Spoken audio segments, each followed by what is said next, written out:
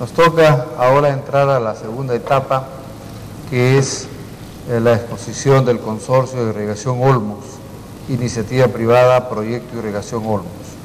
Van a haber dos expositores en estos 45 minutos concedidos. En primer lugar, el ingeniero Juan Andrés Marzano, director de inversiones de Odebrecht. Él es ingeniero civil graduado en la Universidad de Texas en Austin, los Estados Unidos. Tiene una maestría en dirección de empresas constructoras e inmobiliarias en la Universidad Católica en convenio con el Politécnico de Madrid. Es miembro del Consejo Consultivo de la Maestría en Concesiones de Infraestructura y Regulación de Servicios Públicos de la Universidad del Pacífico en Lima. Es responsable por las inversiones de infraestructura del Grupo Odebrecht en el Perú, gerente general de la concesionaria de Trasvase Olmos, director de concesiones Interoceánica del Sur e IRSA Norte. A continuación voy a presentar brevemente el currículum del segundo expositor de este grupo, que es el ingeniero Carlos Vasconcelos Boyo. Él es ingeniero civil, egresado en el año 1977 en la Pontificia Universidad Católica del Perú. Tiene 33 años de experiencia en proyectos hidráulicos, habiendo participado en los siguientes proyectos en el Perú: Cuyango Tumbes, Chirapiura, Olmos, Jequetepeque, Chavimochic, Chinecas, Río Cachi, Pasto Grande, Tacna, Lago Titicaca, Huachipa y Río Chonta. Con ustedes entonces, para que en conjunto tengamos los 45 minutos asignados, comenzaría el ingeniero Juan Andrés Marzano. Adelante.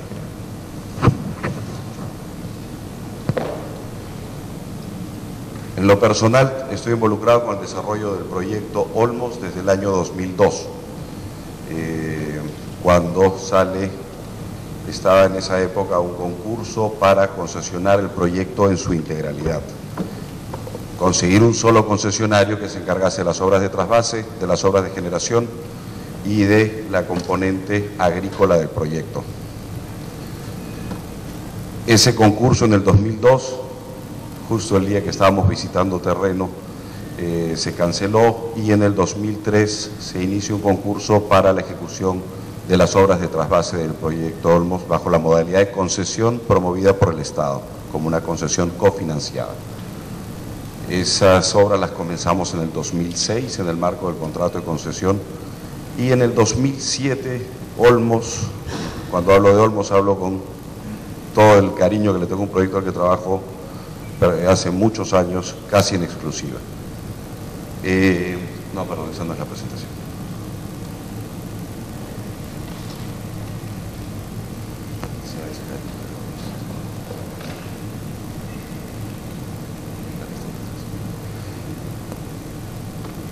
En el 2007 se toma una decisión política que afectó el concurso de concesión en el que el gobierno regional ya había emprendido para la realización de las centrales hidroeléctricas, con las definiciones de la viabilidad del proyecto Alto Piura, y eso trajo incluso algunas indefiniciones con relación a la repartición del recurso hídrico, lo cual llevó a que la componente hidroeléctrica siga aún postergada. No. Cierto.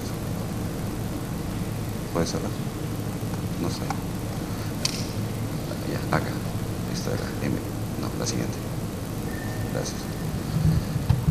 En el 2007, después de ese golpe indeseado para el proyecto, veíamos con mucha preocupación el que no se habían realmente comenzado estudios que permitiesen llevar al proyecto Olmos hacia la fase donde se generan los mayores beneficios del proyecto en términos económicos, que es la componente de irrigación. En ese año, en el marco legal vigente, que era la ley de concesiones, la 28059, era permitido aún entregar iniciativas privadas para el desarrollo de proyectos de infraestructura y de servicios públicos que demandasen cofinanciamiento del Estado, y como cofinanciamiento sea aporte de recursos dinerarios o garantías financieras del Estado. En el año 2007 nosotros hicimos todo un estudio, está acá el ingeniero Jorge Pasco, soñamos juntos en el 2007 el poder trabajar, desarrollar un proyecto que ayudase a que para el momento que las aguas estuviesen para trasvasarse ya hubiese capacidad de uso productivo para esas tierras. Lamentablemente, para la época que habíamos hecho todos estos estudios, finales del año 2007, habían diversos proyectos de ley que expresaban la voluntad del Ejecutivo de cambiar la ley 28059 en lo que a iniciativas privadas se refería. Esos diversos proyectos de ley, el mensaje en todos ellos era consistente. Las iniciativas privadas para el desarrollo de concesiones de infraestructura pública, de proyectos de infraestructura y servicios públicos, solo podían presentarse si que tenían el carácter de autosostenible. Y por autosostenible definieron en el decreto legislativo 1012 finalmente en el 2008 aquellas que no demanden el uso de recursos del Estado ni garantías financieras, y garantías no financieras solo aquellas de baja o nula probabilidad de ocurrencia. Con lo cual, el margen de maniobra de proponer un privado por iniciativa propia al Estado una solución de infraestructura se veía bastante acotada. El proyecto que habíamos trabajado a lo largo del 2007 no encontramos una forma de convertirlo en un proyecto autosostenible en esa definición de la ley. Y es ahí que comenzamos un proceso creativo de cómo podíamos ofrecer una solución al hecho que las aguas trasvasadas van a llegar a la costa peruana, que el Océano Pacífico no necesita refuerzos del Atlántico pagados con recursos del Estado, con recursos de todos nosotros como contribuyentes, sin que tenga uso productivo. Es así, ese ha sido el principal motivador de Odebrecht para proponer una iniciativa privada. No creo faltar a la verdad al decir que 2007 todavía no se habían iniciado siquiera los estudios por parte del gobierno.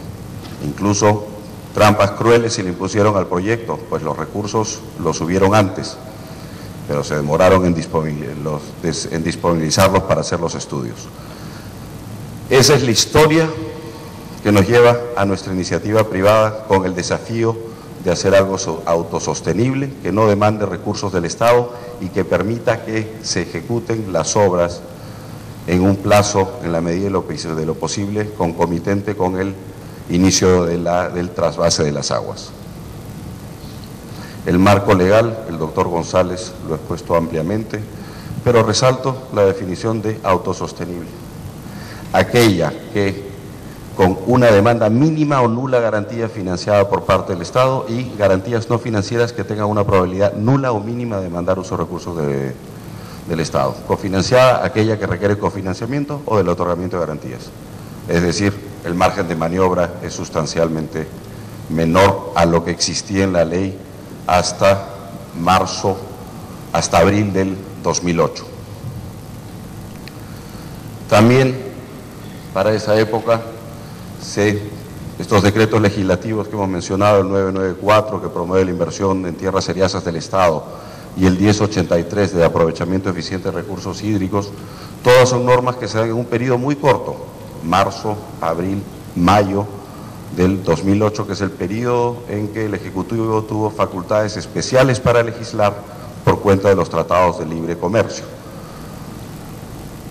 Todo lo que habíamos incluso avanzado para esa fecha tuvo que ser readecuado íntegramente a la normativa que se publicó y sus respectivos reglamentos que vinieron algunas semanas después.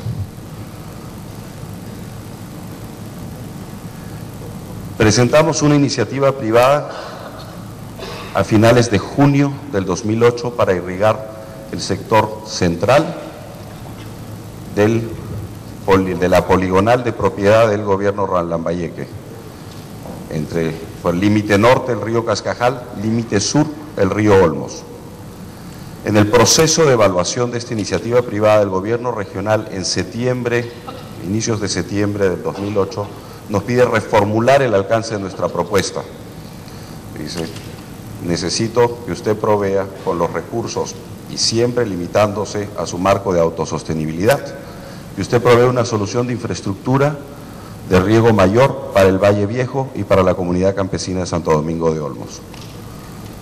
Nos dieron un conjunto de planos, nos dijeron aquí hay unos bloques que nos gustaría que puedan atender, y es así que con esa solicitud volvimos a regresar al gabinete a rediseñar todos los aspectos técnicos, los efectos económicos, los legales, los financieros y los sociales, para poder plantear finalmente al gobierno regional en diciembre del 2008 una propuesta que permitía irrigar 24.500 hectáreas del valle del sector central y 14.500 hectáreas del sector sur.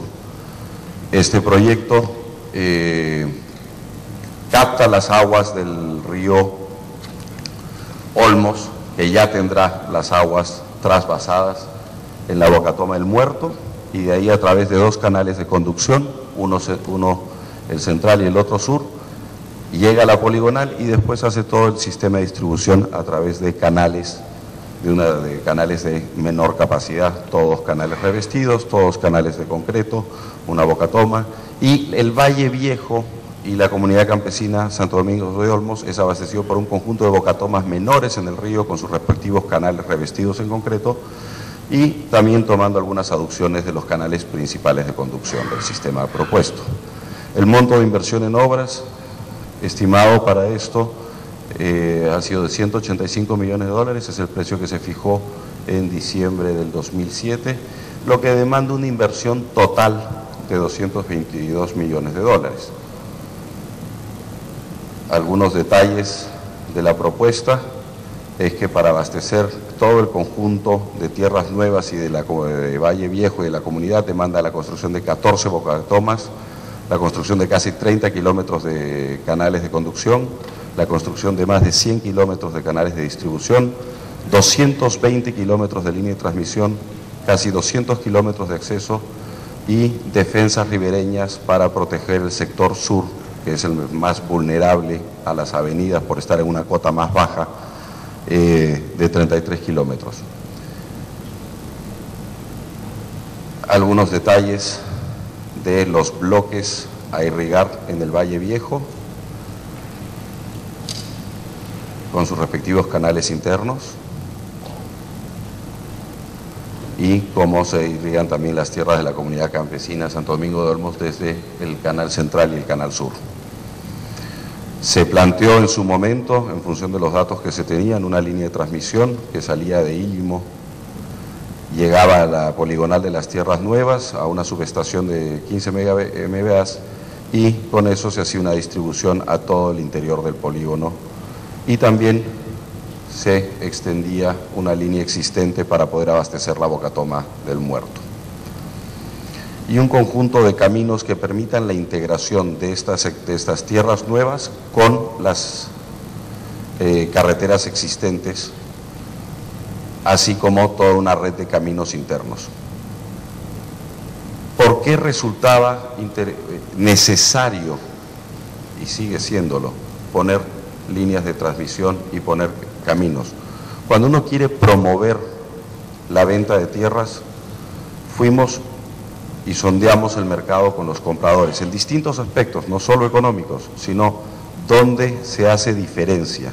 En otros proyectos de irrigación o en los valles costeros no regulados, usualmente tienen serias carencias de energía y caminos que no tienen ningún mantenimiento. Los productores, agricultores, productores, sufren muchas pérdidas. La uva se les degrana por la vibración en el camino, el mango se le chanca, y así ellos acaban teniendo pérdidas por malos caminos que, según nos dijeron, eran del orden del 5%.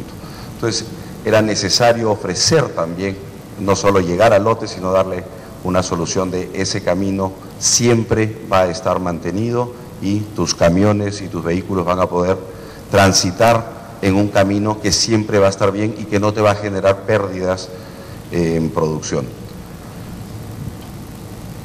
Con Con esos elementos en cuenta y algunos elementos de mercado en los que voy a detallar, ahondar, se planteó la concesión autosostenible que el doctor González incluso ya presentó. El gobierno regional transfiere sus tierras en dominio fiduciario a un fideicomiso de tierras, donde el gobierno regional es el fideicomitente. El gobierno regional, hasta que no se haga la subasta y no sea exitosa, siempre va a ser entonces el genuino propietario de las tierras. Y solo las va a transferir, en el caso de una subasta exitosa, a los que hayan adquirido esas tierras, a los que suscriban un contrato de compraventa. Lo primero, salvaguardar las tierras de la región. Son un activo importante y debe de cuidarse. Ese activo invadido o ese activo, sin ese activo el proyecto Olmos nunca será lo que ha sido el anhelo lambayecano de más de 8 décadas. En esa subasta de tierra se constituirán los compradores, a los que hemos llamado usuarios, pagarán por las tierras y harán un pago por capacidad. El producto de ese pago de capacidad se usa íntegramente para la ejecución de las obras. Obras que al término de la vigencia de la concesión revierten al gobierno regional. Es decir, sus tierras han sido usadas para atraer privados, que los privados inviertan en una solución de infraestructura hidráulica que después va a revertir al gobierno regional. O sea, ha sido parte de la conversión. Adicionalmente, el concesionario, entre recursos propios y deuda que tiene que estructurar para llegar a los 220 millones que demanda todo el conjunto de obras, tiene que estructurar deuda y aportar un total de 96 millones de dólares.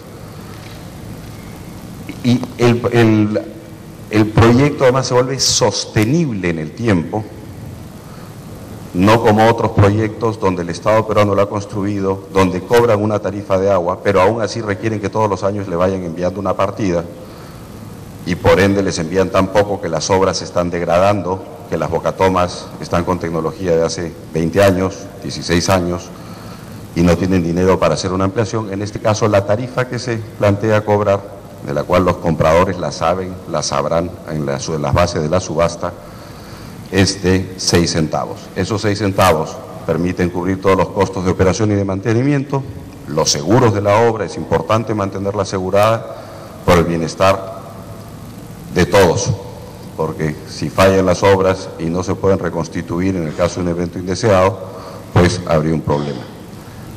Y con todo este conjunto se logra no solo la autosostenibilidad, sino la sostenibilidad del sistema con los usuarios. Nosotros contratamos una empresa consultora, dijimos, este es nuestro planteamiento, por favor sondeen el mercado, escuchen a los agroexportadores, a los agroindustriales, nacionales e internacionales, y díganos qué valor le dan ellos a estas tierras. Tierras en Lambayeque, con una dotación de 10.000 metros cúbicos por hectárea año, con una tarifa de agua entre 6 y 7 centavos, y con un lote promedio, un diseño teórico de 1.000 hectáreas. Veamos cuál es la reacción del mercado. Y usamos el 1.000 hectáreas porque es la vara alta. Es donde entran los medianos, grandes y grandes.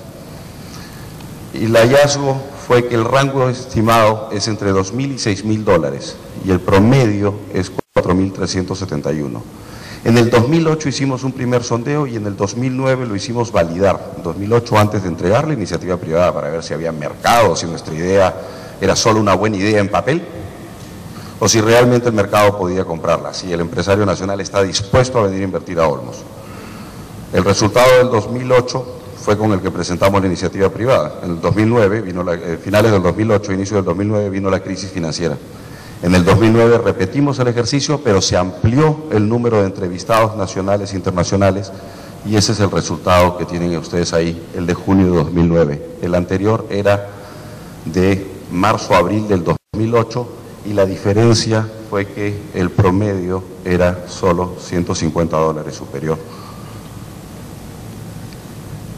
Que hemos encontrado que atrae y le permite tomar decisiones calificadas a los inversionistas interesados en adquirir las tierras, que son los que le dan viabilidad a una concesión autosostenible. Ellos les interesa saber el agua, la superficial, se les ha dado los datos, la dotación anual, promedio, se les ha dado los datos que se tienen de agua subterránea, los buenos y los malos, porque en el Perú ya se desarrolla agricultura incluso con aguas salinas. La tecnología no solo ha llegado a permitir que se incorporen tierras que antes estaban abandonadas, sino que los consumos de los agroexportadores medianos, grandes y grandes son sustancialmente menores a los números que tenemos acostumbrados. Antes se hablaba uva 12.000, hoy día se habla de uva 9.000. Hay ejemplos aquí en Jayanca, a lo largo de la carretera.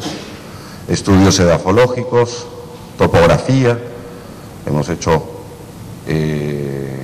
estamos en tratativas con el INC para tener un convenio, pues hacer un proyecto de evaluación arqueológica de 38.000 hectáreas, no es tarea sencilla. Estudios agroeconómicos, estudio de climatología, algunos nos sugirieron que querían entender mejor los temas, particularmente los internacionales, entender mejor los tratamientos tributarios y el marco legal peruano para la inversión extranjera. Todos esos estudios son los que estarán disponibles para los interesados, algunos de ellos incluso ya los hemos avanzado.